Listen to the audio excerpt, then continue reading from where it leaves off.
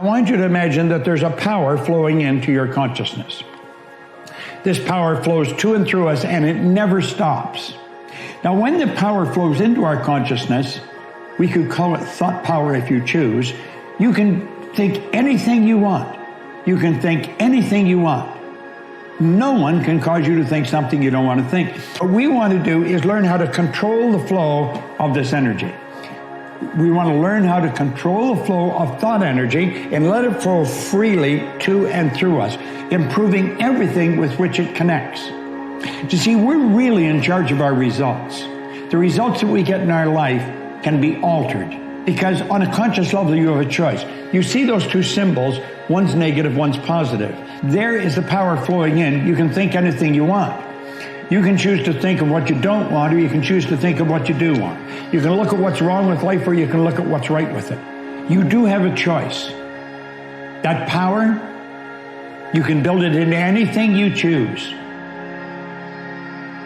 There's going to be so many hours where you will be alone. You'll feel like there's no one there to support you. And it may not be because you've been abandoned, but because those people have to tend to their own lives.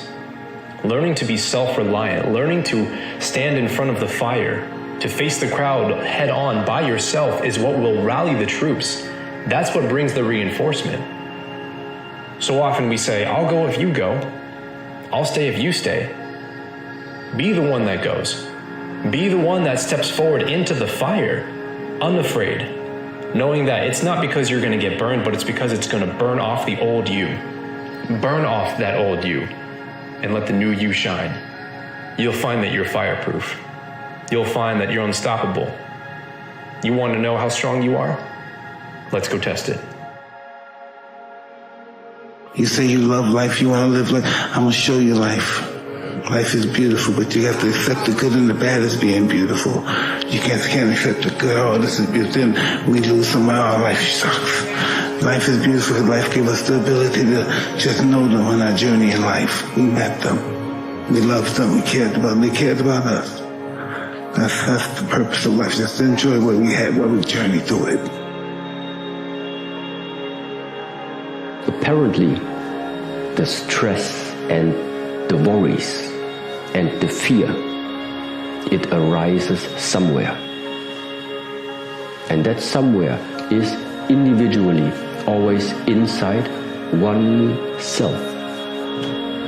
But nevertheless, we try to fix this issue. We try to look for the solution. Yeah, not inside of you. You try to find it out there. Sometimes people are too close to you to see your greatness. You're too familiar. So what a lot of us do, we go to our spouse, we go to our friends, we go to all these people that are close to us, and we try to show our gifts and our talents, and they normalize your greatness. I believe this is true. I believe God will place strangers in your life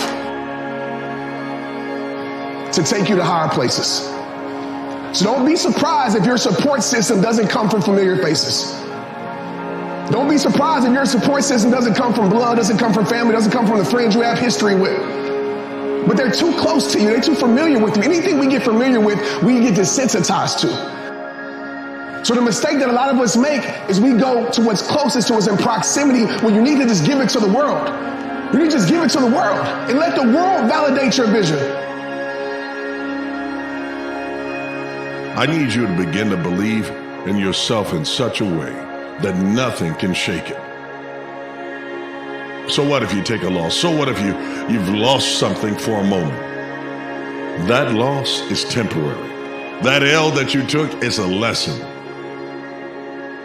But once you get that lesson, God help those that tried to teach it to you. Because once you become you, fully engaged, fully believing, nothing will stop you.